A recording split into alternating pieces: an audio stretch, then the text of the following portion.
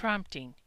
Prompts are frequently used during the instructional process for students with mental retardation. Prompts allow the student to complete a task without error. Prompting. Prompts are frequently used during the instructional process for students with intellectual disabilities. Prompts allow the student to complete a task without error.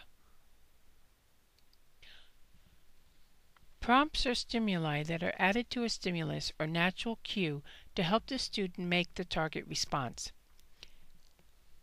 Prompts are presented on this slide from least to most intrusive. Verbal and written directions. The sequence is provided either verbally or using a sequence chart. The sequence chart can be a picture or word chart. Gestures. Pointing to the next step in a sequence. Modeling. The instructor completes the task first. Modeling can also be accomplished using videos or digital technology. And physical guidance. This is hand-over-hand instruction, where the instructor helps the student physically complete the task.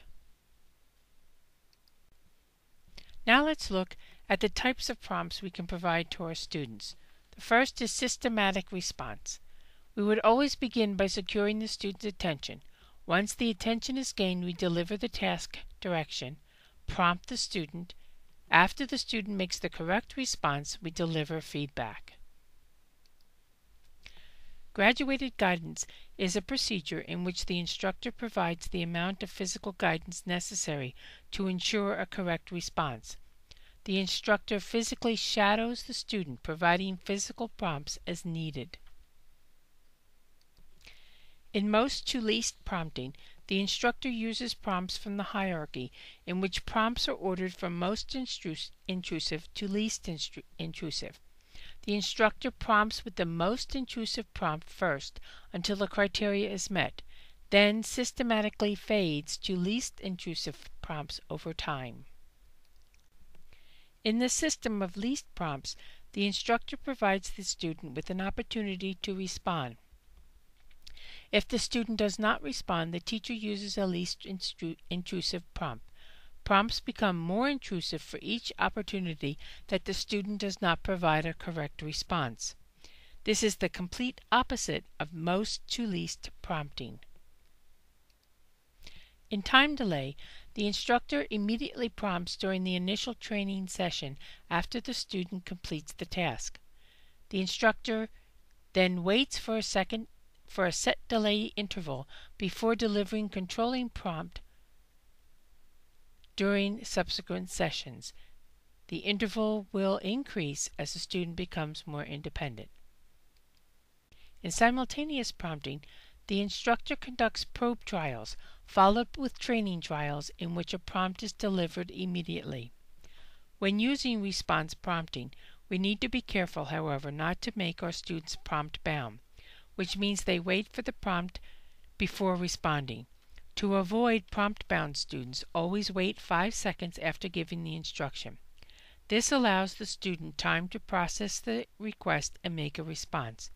The secret to using prompts effectively is knowing when and how to fade them. Fading is the process of removing prompts so that stimulus control is transferred from the prompts to the discriminative stimulus or natural cue. The options to implement fading include dropping the prompt completely, delaying the prompt in incremental and increased times, moving to a less intrusive prompt as the student learns the skill, reduce the amount of physical guidance, or reduce the number and type of visual cues. Once the student learns the specific skill, you need to teach for generalization. Generalization is defined as responding to untrained settings, materials, or people. To promote generalization, you need to train sufficient exemplars by introducing your students to variations that exist in their environments during instruction, An example would be when teaching a vending machine use, train the students to use a variety of vending machines throughout the community. You also need to vary the assistants and the time of day instruction occurs.